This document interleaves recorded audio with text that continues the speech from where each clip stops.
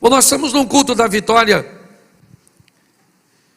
e com certeza um dos maiores personagens bíblicos quando o assunto é vencer, provavelmente o que vem à nossa mente, ou um dos que permeiam a nossa mente, é Davi.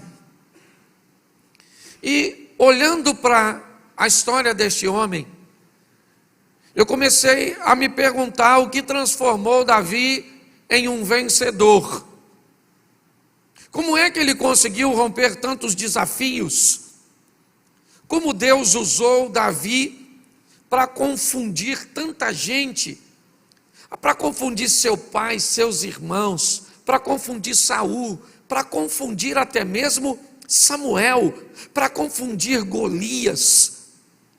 Que confusão Deus causou na mente das pessoas ao pegar o filho mais novo de Jessé, o caçula, numa cultura onde as fichas eram depositadas no primogênito, era ele que se tornava o líder após o falecimento do pai. Quando Deus pega Davi, aliás, e não apenas ele, nós vamos ter Esaú servindo a Jacó, e uma visão bem interessante da postura da vitória e do crescimento do menor. O menor servirá ao maior, e ele era o menor entre seus irmãos, não porque Deus está dizendo que a preferência de Deus é do menor, não. O que Deus está dizendo é que até aqueles que aparentemente não têm tantas chances de vencer e de prosperar, ao lado dele, podem conseguir, podem ter êxito, podem alcançar a vitória. Esse é um texto que quando nós olhamos, Deus dizendo que faz o menor prosperar, que faz os grandes servir aos pequenos, é simplesmente um ambiente de motivação para aqueles que não têm tantos recursos, tantos privilégios, mas que estão dispostos a lutar com afinco, com dedicação. E é isso que eu quero olhar para você, ou conversar com você hoje, olhando a história deste moço. E ela começa no primeiro livro do profeta Samuel, no capítulo 16, no verso 1. Se você puder acompanhar comigo, eu vou usar bastante textos, mas eu vou falar pouquinho. 1 Samuel, vou ficar com essa tradução que fica mais fácil. Então disse o Senhor a Samuel: até quando terás dó de Saul, havendo eu rejeitado, para que não reine sobre Israel? Enche o teu vaso de azeite e vem, enviar-te-ei a Jessé, o belemita, porque dentre os seus filhos me tenho provido de um rei. Feche os seus olhos. Senhor nosso Deus e Pai, em nome de Jesus, eis aqui a tua palavra, continua falando conosco, usa-me como um canal de bênção nesta hora, fala conosco não aquilo que queremos ouvir, mas aquilo que precisamos. Tira-nos do conforto da mesmice e nos coloque no confronto das mudanças, que a tua palavra, que sempre é bênção para o nosso coração, seja mais uma vez assim, em nome de Jesus. Você pode dizer amém? Isso. Preste atenção nesse texto, porque ele sugere que a ordem que Deus vai dar a Samuel nessa ocasião já era um assunto que Deus vinha tratando com Samuel, sinalizando para o profeta que ele iria fazer uma mudança, ele ia depor um rei e ia constituir um novo rei de Israel. É importante entendermos e não culparmos demais Saul, porque ele é o primeiro rei, a monarquia ainda é algo muito novo para o povo de Israel. Enquanto outras nações vinham, de tempos em tempos, crescendo e entendendo que era uma monarquia, para Israel, o tempo dos juízes não tinha ido embora ainda, estava nesse processo de transição. E o povo pede a Samuel um rei, até o próprio Samuel fica triste com isso, ele é o último juiz. E Deus diz a ele: Samuel, não se entristeça, porque o povo não está rejeitando você, esse povo está rejeitando a mim. Então me parece que essa é uma conversa que Deus já vinha tendo com Samuel. Tanto é que o versículo 1 diz, né? Samuel, até quando você vai ter pena de Saul? Até quando você vai continuar orando para que Saul continue no trono? Eu já o tenho rejeitado. Até porque a promessa não era essa. Saul era da tribo de Benjamim, certo? E a promessa de Deus é que o Salvador viria da tribo de Judá. Então isso deve ter até causado um pouco de confusão na tribo de Judá, quando viu um benjamita, né, se levantar. Mas quando nós vamos olhar, Deus direciona a Samuel muito pouco. Deus diz: você se levanta, enche o teu vaso ou chifre de azeite, desce a Belém, vai à casa de Jessé, porque da casa de Jessé eu vou levantar o novo rei em Israel. Mas não, Deus não disse para Samuel quem é esse rei. Deus diz apenas que vai levantar um novo rei e que ele deve ir para cumprir uma missão, mas quando ele chegar lá, ele vai descobrir quem vai ser o rei. Provavelmente na cabeça, certo, de Samuel é Eliabe, com certeza, o filho mais velho, o primogênito de Jessé. Romper um paradigma, quebrar uma mentalidade é o primeiro desafio que Deus precisa fazer para conosco. Me parece que Deus já não fala com Samuel exatamente porque para ele seria muito intrigante chegar numa família onde tem 8 filhos homens e pegar o menino mais novo e ungí-lo e sobrepor este menino aos demais. Quebrar isso seria um grande desafio. Então Deus não comunica isso a Samuel. Samuel sabe apenas que ele vai ungir um rei na casa de Jessé, mas ele não sabe quem é. Agora eu comecei a me perguntar: por que é que Davi, ou o que fez com que Davi recebesse essa missão de se tornar o rei? Que qualidades um Deus que disse para o próprio Samuel: não unja Eliabe, porque ele não é o rei. Eu não vejo como vocês veem. O homem vê o que está diante dos olhos, eu olho para o coração. O que Deus achou no coração de Davi? Talvez, se conseguimos chegar perto de responder essa pergunta, e ela é tão intrigante e ao mesmo tempo tão extraordinária, que talvez nós possamos sair daqui buscando nós mesmos a pergunta para isso. Eu vou te dar algumas dicas que pelo menos me ajudou a nortear meus pensamentos em torno do que esse camarada vai viver. O que ele tem? Se Deus não tem privilegiados, o que Deus viu nesse homem que, cá convenhamos, nós já sabemos que tem inúmeros erros, inúmeras falhas. Mas quando eu olho a missão que ele havia recebido e como ele lida com essa missão, eu entendo por que é que Deus escolheu Davi. Pelo menos essa resposta foi o suficiente para mim. Talvez não seja para você, e você tem todo o direito de continuar a sua busca. Mas quando eu comecei a ver a transição que Deus faz do que ele desempenha para se tornar um rei, eu consigo entender por que é que esse indivíduo vai se tornar alguém que vai substituir Saul. No verso 11, coloca para mim, por favor, do mesmo capítulo. Disse mais Samuel a Jessé: acabaram-se os jovens? E Jessé disse: ainda falta o menor que apacenta as ovelhas. Preste atenção, porque para mim, Davi só foi rei porque apacentava ovelhas. Para mim, a maneira que ele resolveu desempenhar a sua função, a maneira que ele resolveu agir com a missão que lhe foi confiada, E a Bíblia diz que nós não devemos negligenciar o tempo das pequenas coisas. Como esse camarada resolveu lidar com essas emoções, de ver todos os seus irmãos à frente dele, ele o caçula.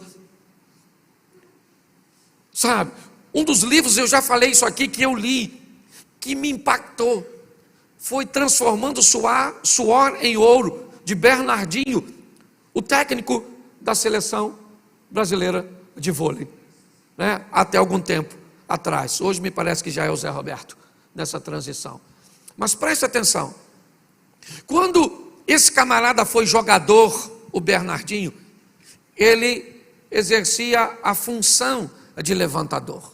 E quando ele foi levantador, o levantador titular se chamava William, um dos maiores levantadores de todos os tempos, até porque o Brasil é um dos grandes campeões, né?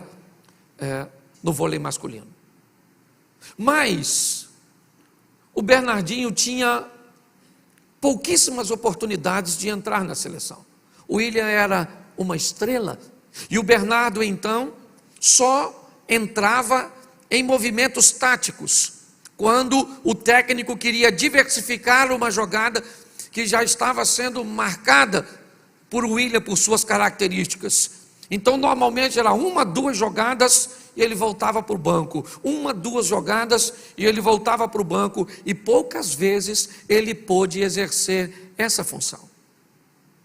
E para alguns, ele foi um jogador mediano, medíocre, alguém que conseguiu despontar ainda, que só em chegar à seleção já é algo muito grande. Mas a minha pergunta é: o que esse camarada conseguiu ver do banco?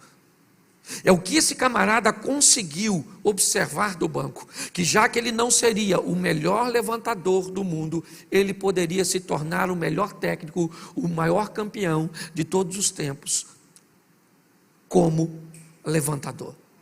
Ele conseguiu simplesmente observar uma oportunidade que dificilmente a maioria de nós observaríamos, focados muitas vezes no local errado, muitas vezes achando que não temos o privilégio de ocupar determinados posicionamentos. É um livro maravilhoso para quem deseja, achar ou descobrir um espaço para se alcançar um ambiente de vitória. Mas vamos olhar aqui, porque o texto diz que ele é um pastor de ovelhas. Olhe bem, Samuel chega na casa de Jessé para ungir um rei. Tem 7 filhos de Jessé em casa, e Davi está trabalhando, apacentando as ovelhas. Foi a missão que ele recebeu. O próprio irmão dele no campo de batalha diz para ele, nós vamos ver mais à frente, com quem você deixou aquelas poucas ovelhas de papai, o que indica que não era um rebanho tão grande, que a função que ele exercia não era nada expressivo, não era nada significativo, não. O importante não era a função que ele exercia, o importante era como ele levava a sério o que ele fazia, como ele era capaz de se dedicar para fazer aquilo, que tipo de entrega ele tinha para desempenhar aquela função. E é isso que nós vamos ver. Esse moço, filho mais novo de Jessé, ele vai sair do anonimato e se tornar um dos maiores homens. E preste atenção no que eu vou falar agora, goste você ou não de ouvir, pouco tem a ver com Deus. Pouco tem a ver com Deus. Tem muito a ver com sua dedicação, com o interesse de fazer aquilo que Deus o entregou. Porque até o presente momento, o que Deus tem para ele? Ser pastor de ovelha. Ah, mas ser pastor de ovelha é uma função que eu não me agrado, é algo que não tem tanta expressividade, é algo que não tem tanto valor. Para quem? Tudo aquilo que vier à sua mão, fazei-o conforme todas as forças. É o que diz a palavra do Senhor. Ah, pastor, mas as pessoas não vão me reconhecer. As pessoas podem não te reconhecer, mas você não vai passar despercebido para Deus. O grande problema é que pessoas recebem, muitas vezes em fase de sua vida, incumbências, funções, salários, cujos quais não é o que Deus tem para você a nível de futuro, mas é o que Deus tem para você a nível de presente. Muitas pessoas não conseguem alcançar a vitória na vida simplesmente porque não conseguem romper as etapas que a vida exige de você para passar para outras fases. Ou ficam aprisionadas em fases ruins que lhe trouxeram caos, decepções, perdas, mágoas e rancores. Ou ficam aprisionadas em fases medianas que, por serem boas, as impedem de viver o fantástico. Ou então, como Uzias, vive o fantástico, mas perde o seu coração e acaba perdendo a vida.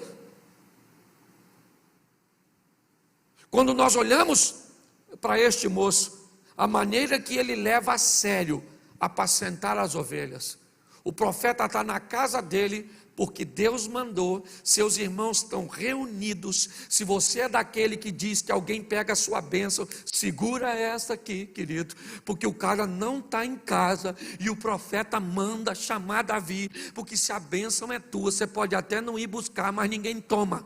É assim que funciona. Quando esse indivíduo pergunta: você não tem mais filhos? Jessé indica que ele havia meio que esquecido Davi. Provavelmente, não esquecimento de esquecer que teve Davi como filho, mas achar que o profeta não ia querer bater um papo com seu filho caçula, um menino tão novo, tão inexperiente, que está guardando as ovelhas. Mas como esse moço guarda as ovelhas? Antes de olharmos para isso, nós precisamos passar no verso 13.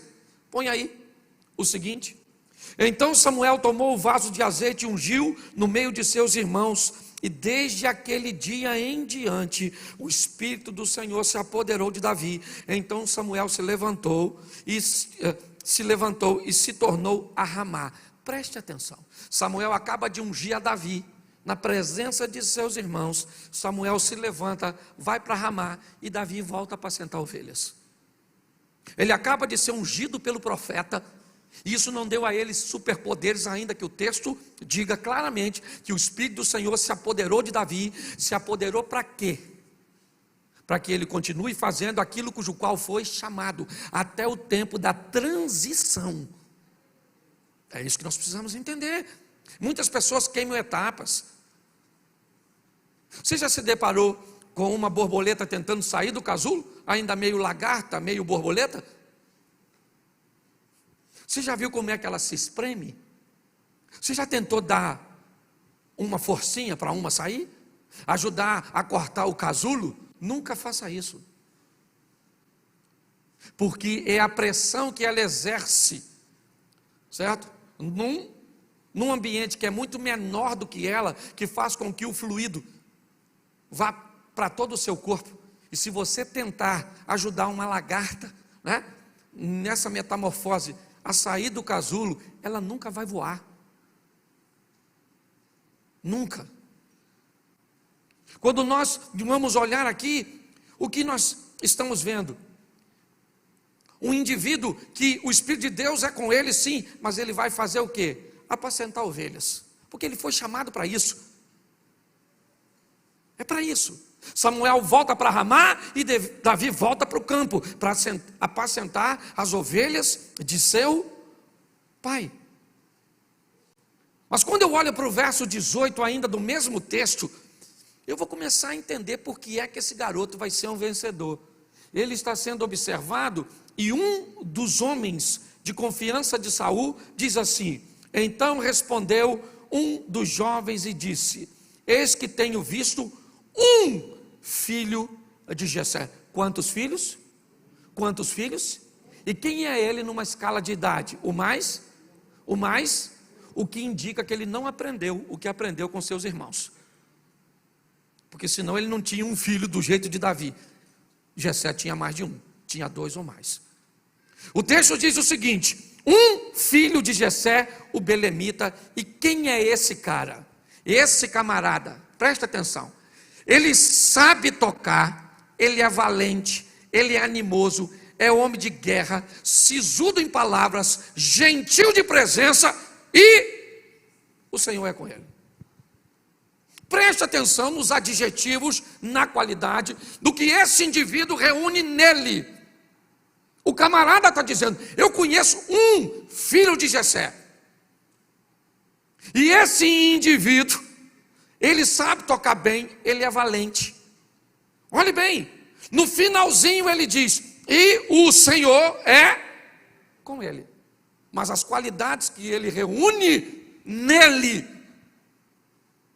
certo?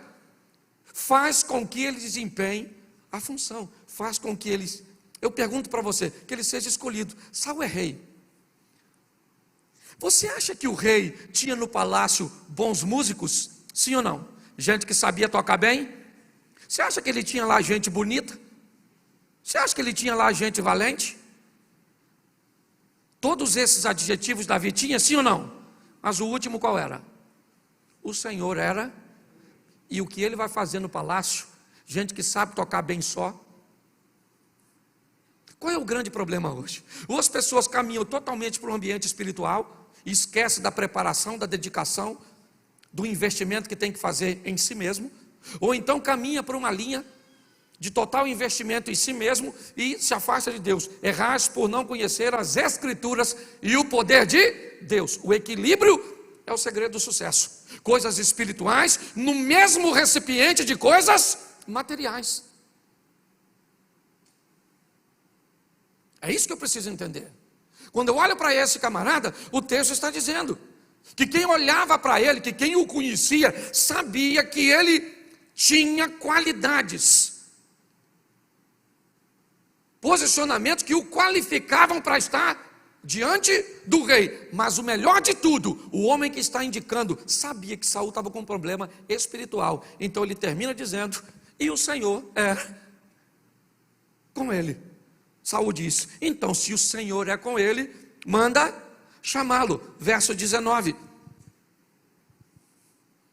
Saul enviou mensageiros a Jessé, dizendo: envia-me Davi, o teu filho, que está com quem? Que está com quem? Eu quero o teu filho, mas eu quero o teu filho que é pastor de ovelhas. Porque 3 dos teus filhos eu já tenho como soldados e militam no meu exército: Eliabe, Abinadab e Samar. Os 3 irmãos mais velhos de Davi já eram soldados de Saul. Quando Saul manda um recado para Jessé, diz: manda para mim o garoto que toma conta das ovelhas. É ele. É esse menino das ovelhas que eu quero. Manda para mim. E aí eu não consigo ler tudo, mas depois você dá uma olhadinha. Davi se apresenta a Saul. Para quê? Você sabe para quê? Verso 17, ou capítulo 17, verso 15. Pula aí um capítulo, versículo 15.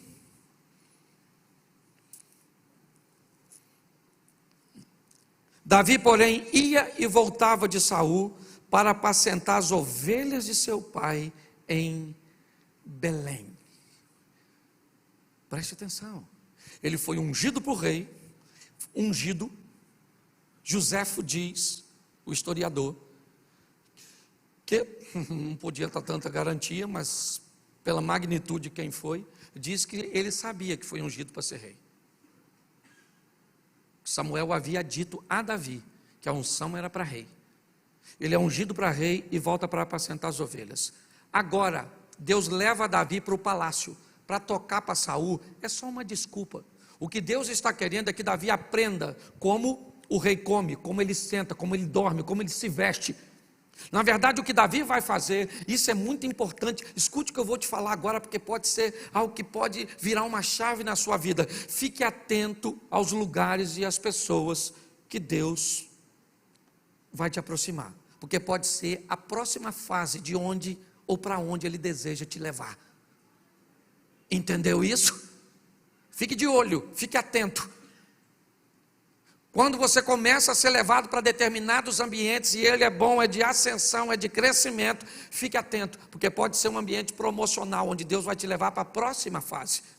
O texto diz que Davi ia e voltava, ele trabalhava para Saul. Olha bem, ora ele é um músico, um menino que toca, que tem unção, que tem habilidades, que é bom para o rei dormir, mas logo depois ele tem que tirar aquela roupa, ele tem que trocar de roupa, porque não pode chegar lá perante o rei com aquele cheiro de ovelhas, com aquele cheiro de estrume, com aquele cheiro de capim.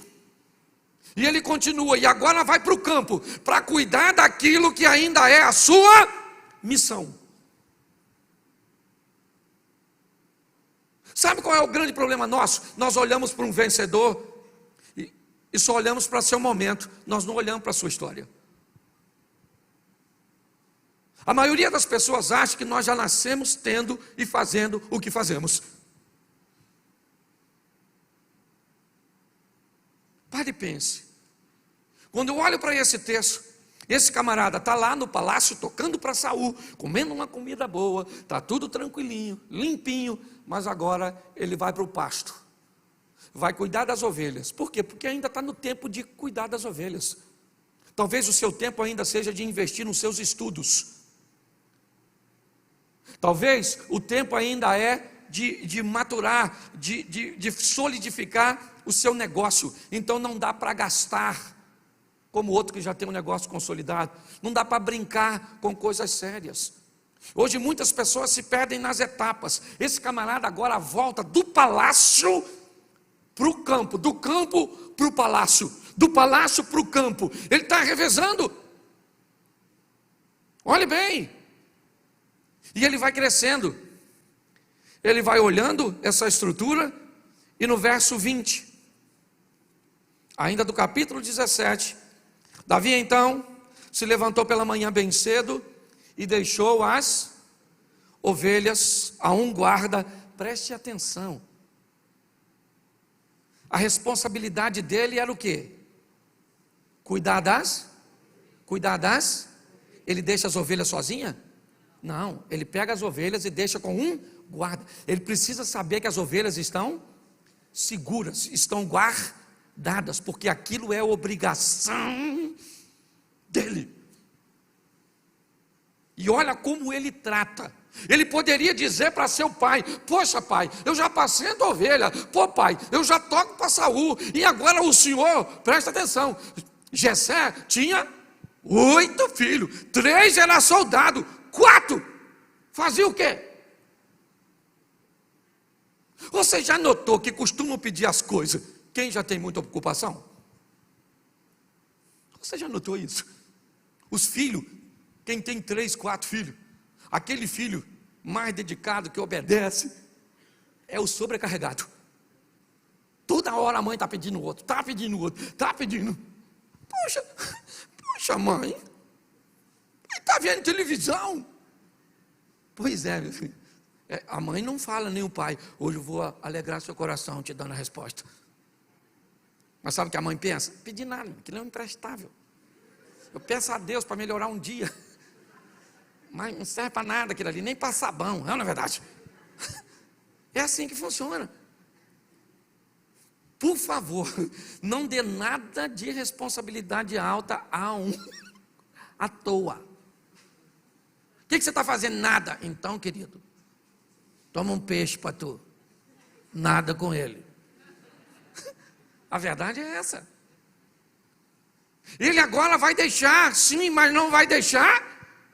Não. Ele vai pegar agora e vai levar uma mensagem para seus irmãos.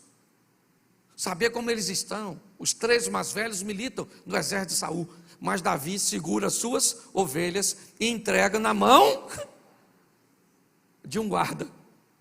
E quando ele chega, e isso é que é maravilhoso, Quando ele chega no campo de batalha, no vale de Socó, ou de Elá, não sei como é que está a sua tradução, a situação não está muito boa, os filisteus de um lado, Israel do outro, e aquela coisa, e os filisteus têm um soldado, ele é muito experiente, ele é grandão, ele parece um tanque de guerra, seu nome é Golias, ganhou quase ou todas as suas batalhas, certo? E sabe o que é mais engraçado? Que Deus vai usar um pastor para matar um gigante. Davi só vira soldado depois que mata o gigante. Antes de matar o gigante, ele ainda é um pastorzinho e um pajem de armas. É o que a Bíblia diz que ele é. Sabe? Coisinhas bem insignificantes. Mas já tem acesso ao palácio, já come uma boa comidinha provavelmente, já consegue se aproximar do rei, já está andando nos corredores do poder. Ele já pode experimentar e observar determinadas coisas. Isso é muito importante. Mas, quando ele chega no campo de batalha, tendo deixado suas ovelhas seguras lá, ou aliás, diga-se de passagem, ovelhas que nem suas eram, era de seu pai. Davi era capaz de cuidar com tanto cuidado, com tanto zelo, com tanto apreço, aquilo que nem dele era. E que se seu pai morresse, provavelmente ficaria sob domínio de Eliabe, com certeza. E para chegar alguma coisa dele, seria bem no finalzinho, ele é o caçula. Mas ele não tem problema com isso. Porque a maior besteira do mundo é você achar que trabalha para homens e faz a coisa para pessoas. Nós fazemos para Deus e dele vem a recompensa. Entendeu? Se você acha que você faz coisa para a gente, você vai ficar decepcionado. Eu falo isso aqui, espere nada dos outros, um pouco de você e tudo de Deus, e você nunca vai se decepcionar. Quando eu olho para esse texto, eu vejo esse camarada chegando naquele ambiente, e naquele ambiente onde ele chega, ele escuta o soldado filisteu, Golias, que já vem durante um bom tempo insultando o exército de Israel. Ele não quer uma guerra, ele quer um duelo, ele não quer um derramamento de sangue, é lógico que ele não quer. A autoestima, a autoimagem de Golias é algo extremamente consolidado, não há nenhum problema. Golias não pergunta ao rei, pelo menos o texto não diz, para se tornar um representante dos filisteus. Mas quando alguém em Israel se levanta, alguém leva para Saul, porque Saul tem que autorizar, e ainda mais alguém como Davi, tão pequenino. Quando nós olhamos para isso, é isso que nós vemos. Ele pedindo um soldado, mande um soldado de Israel para lutar comigo, mande um soldado de Israel para lutar comigo, e Deus está pensando, eu não preciso de um soldado para matar você, eu mato você com um pastorzinho meu, novinho e pequenininho, porque as minhas vitórias quem faz sou eu. Você está entendendo? Deus está falando com você hoje, eu não sei o que você está enfrentando. O importante é você não enfrentar sozinho, deixar Ele ir com você, porque se Deus é por nós, quem será contra nós? Você acha que você está precisando de algo mirabolante, algo pirotécnico, algo extraordinário para vencer o seu opositor? Não, você está precisando que Deus entre com providência. Que quando Deus entra com providência, Ele faz algo e muda toda a história. Deus vai envergonhar Israel, sim, porque é uma vergonha para Israel receber um pastor. É por isso que Abinadab manda, ou é por isso que Eliabe manda Davi para casa. Aquele não era um ambiente para pastor de ovelha, aquele era um ambiente de guerreiro. Ali estavam homens de guerra, valentes, preparados, destros. Quando Deus manda Davi para o vale de Elá, Ele quer envergonhar o povo de Deus, sim, e dar uma grande lição, mas Ele quer envergonhar o inimigo, os filisteus, dizendo, eu não preciso de um cara grande, vocês precisam de um cara grande para ser reconhecidos como vencedor? É isso? É isso? Eu não. O que você precisa? Para ser um vencedor, você precisa andar num carro extraordinário, porque você acha que é essa a imagem que você vai vender? Você quer morar numa mansão? Morar numa mansão é fácil, difícil é torná-la uma casa em lar. O preço de uma casa eu sei quanto custa. O preço de um lar, tem gente que tem e nunca consegue. Quando nós olhamos para esse texto aqui, o que nós vemos é o Golias dizendo: eu preciso ou desejo alguém para lutar comigo. Verso 26. Então falou Davi aos homens que estavam com ele, dizendo: que farão aquele homem que ferir a este filisteu e tirar a afronta de sobre Israel? Quem é, pois, esse incircunciso filisteu para afrontar os exércitos do Deus vivo? Eu gosto de Davi, porque apesar de tudo, ele também está procurando uma ascensão. Que antes de lutar ele quer saber que de graça ele também não vai. Até porque não é sua função. A sua função é cuidar de ovelha. Quando ele vê aquela oportunidade, primeira pergunta dele: irmão, o que vão dar para quem matar esse gigantão e tirar a afronta de sobre Israel? Alguém falou: 3 prêmios, casa com a filha do rei, fica rico e a casa não paga imposto. Pensa num troço desse. Isso é uma oportunidade da China. Mas tem que estar vivo. E o gigante está acostumado a matar todo mundo. Quando Davi escuta isso, ele diz assim: fala para o gigante que eu mato ele. Agora, a confusão está montada. Um garoto que chega levando pão, queijo e leite, apenas para pregar uma informação, e provavelmente vai trocar de turno com um guarda que ele deixou tomando conta das ovelhas. Agora aquele garoto está dizendo publicamente que quer ser o representante de Israel para enfrentar o gigante. Eu pergunto a você: quem é que acreditava que ele ia ganhar? Um jovem dizendo que quer enfrentar o gigante. Eu confesso que se eu estou lá, eu ia perguntar: esse menino usa droga? Onde é a Cracolândia mais próxima? Esse menino está louco. O Golias grande, com essa indumentária toda, campeão. Esse garoto está dizendo que vai enfrentar. Verso 28.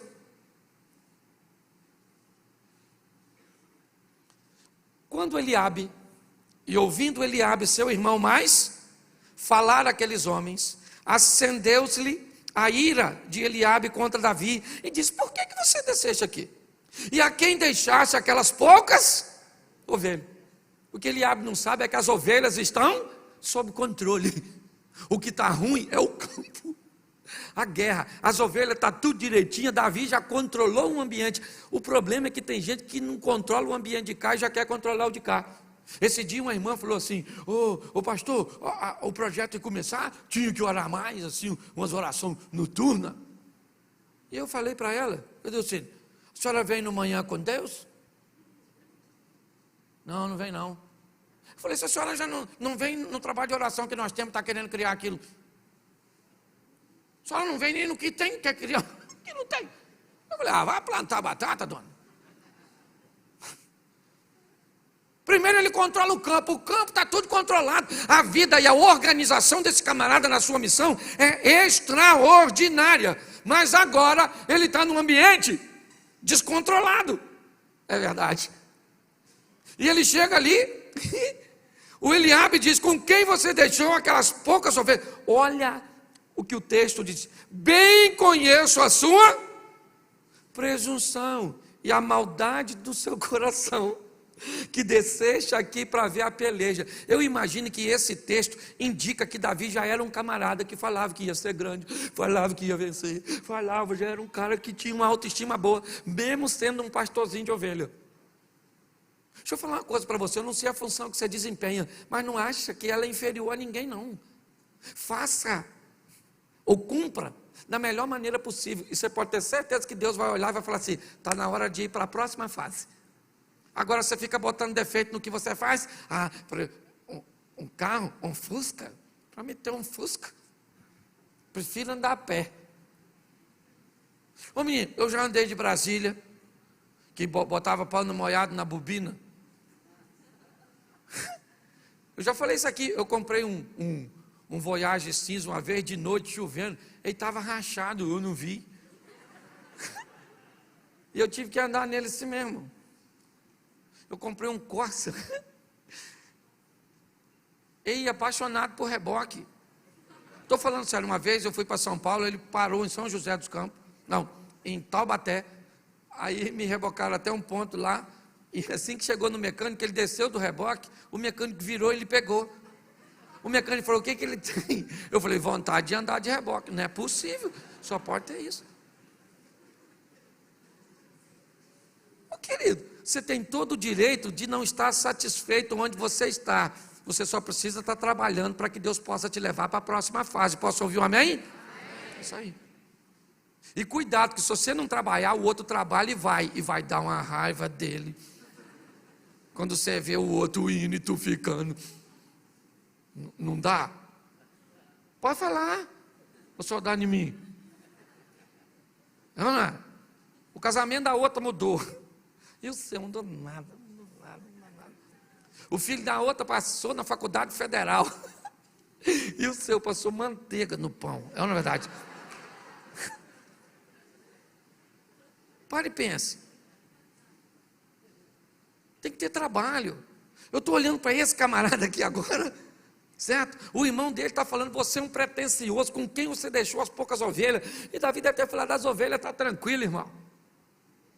Está tudo tranquilo. Davi diz no 29, olha o que ele fala.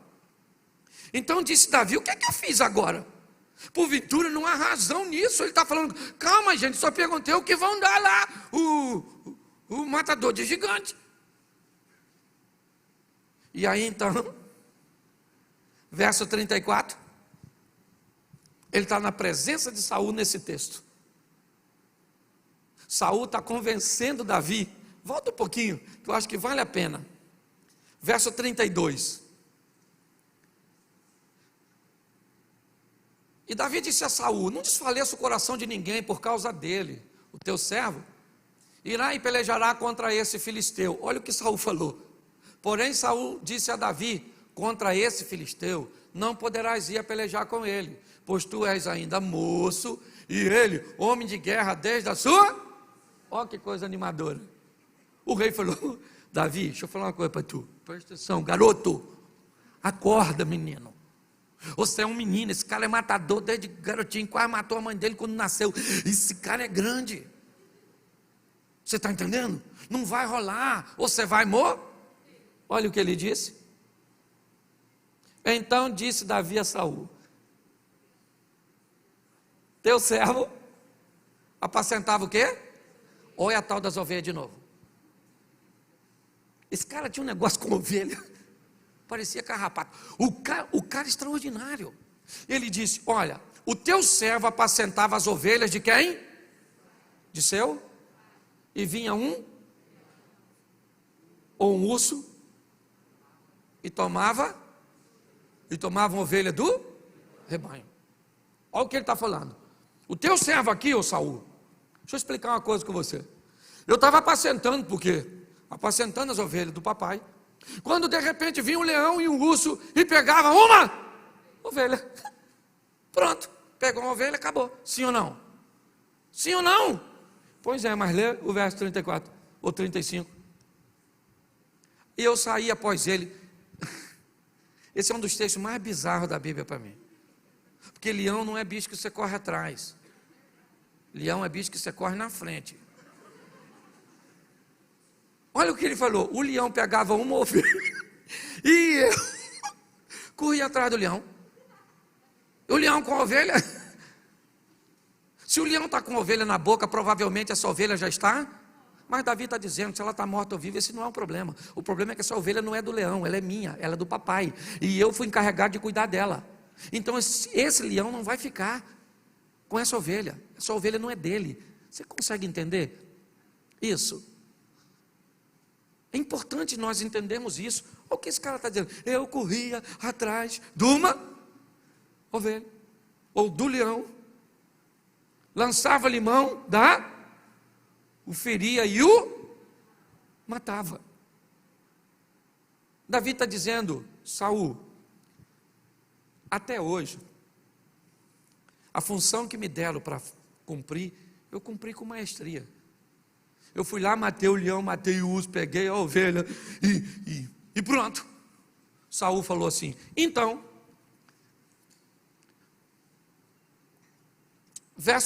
põe o 36, tá? Estou com tempo aqui, deixa eu colocar até para que todos acompanhem. Assim feriu o teu servo leão como urso, e assim será este incircunciso filisteu como um deles, porquanto afrontou os exércitos de Deus vivo. Verso 37, disse mais Davi: o Senhor me livrou da mão do leão e do urso, ele me livrará da mão desse filisteu. Então disse Saul a Davi: vai-te embora e o Senhor seja contigo. No verso seguinte, Saul tenta vestir Davi com a sua armadura, e aí começa a dar problema. Por quê? Porque Davi é um pastor. Ele é um pastor. Saul quer transformar Davi num guerreiro, porque ele acha que a armadura dele, a melhor do reino, ele é o rei, vai proteger Davi. Olhe bem, a armadura de um dissimulado, covarde, desobediente como Davi ou como Saul, jamais encaixaria em Davi. Quando Davi veste aquilo para agradar o rei, ele diz: não vai dar para ir, Saul, eu nunca usei isso, esse negócio não vai rolar. Tirou tudo isso e pegou a sua tiradeira, o seu cajado e 5 pedras, armas de pastor. É com essas armas que ele vai lutar. É nesse ambiente que esse garoto, sim, que já está frequentando o palácio, como músico é verdade, mas que já já vai ser promovido. Já já. Ele levou muito tempo para chegar no palácio, é verdade. Ele levou muito tempo para se tornar um pajem de armas, é verdade. Muito tempo para matar um gigante. E se você pensa que ele vai ser rei, agora mais de 10 anos se passam, até que ele seja rei de uma das partes de Israel. Mas quando nós olhamos para este moço, o que vemos é ele enfrentando Golias. Com o quê? Com uma espada? Não, ele não sabe usar. Não é. Ele utiliza a espada depois para matar o Golias. Mas para derrubá-lo, Davi vai usar aquilo que ele é bom. Repita comigo: bom. O que você é bom em fazer? É isso que pode mudar a sua vida. Se é relevante ou não perante a sociedade, perante as pessoas ou não, você veio com um dom para fazer o quê? Desempenhe. E à medida que você vai desempenhando, você vai mudando de nível. Você vai vivendo o que Deus tem para você. Quando eu olho agora, ele fere, ele não mata. Ele fere com uma pedra que atinge a cabeça do gigante, que cai ao chão, atingido por uma arma de um pastor.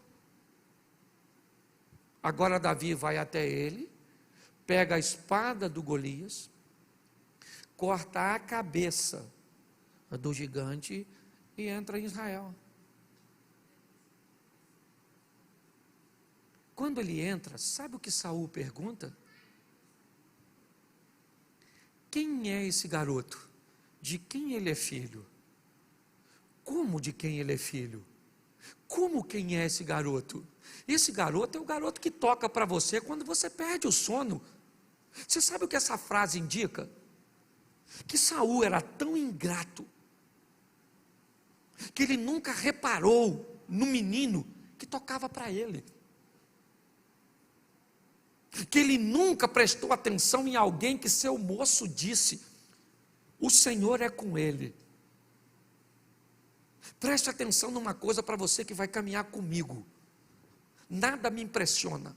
Que você é daquela porta para fora, eu não estou nem aí. O carro que você anda, o dinheiro que você tem, seu nível socioeconômico, cultural, eu não quero saber a casa que você mora. Quem vem para meu ministério achando que vai ser bajuladinho, está lascado, porque não é a minha praia.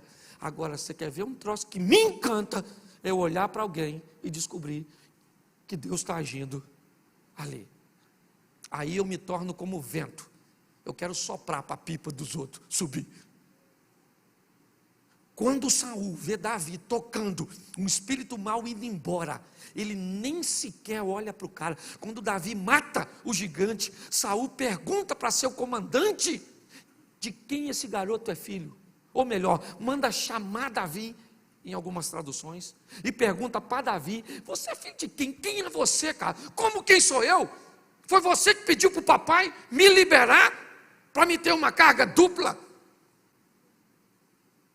de trabalho, e agora você vem me perguntar, você nunca me notou? Por isso que eu estou dizendo, as pessoas podem não te notar, mas Deus sabe quem você é.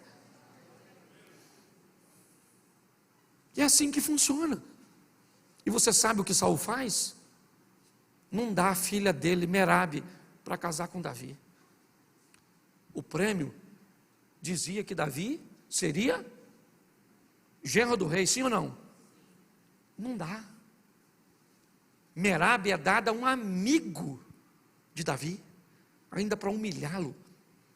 Sabe a riqueza que Saul disse que daria para alguém que matasse o gigante? Davi não ganhou. Porque quando Davi, ou Saul, astuto, vai oferecer Mical para Davi, Davi diz, quem sou eu para me tornar ou me aparentar com o rei? Eu não tenho dinheiro para pagar o dote de uma princesa. Olha bem, e provavelmente Jessé continuou pagando imposto. Mas deixa eu te explicar uma coisa, o tempo passou. Mical foi dada a Davi, e não como Merabe, um pagamento, mas Mical amava Davi. Ao invés de ter uma esposa por conveniente, por um pagamento, ele foi viver com uma mulher que amava ele, isso vale muito mais. Dinheiro, esse camarada foi um dos homens mais ricos que pisou nessa terra, e imposto ele nunca mais precisou pagar, porque se tornou rei, todo mundo pagava imposto para ele. E você sabe por que ele viveu tudo isso? Porque era pastor. Era alguém que recebeu uma missão tão simples, mas resolveu fazer da melhor maneira possível. Saia daqui hoje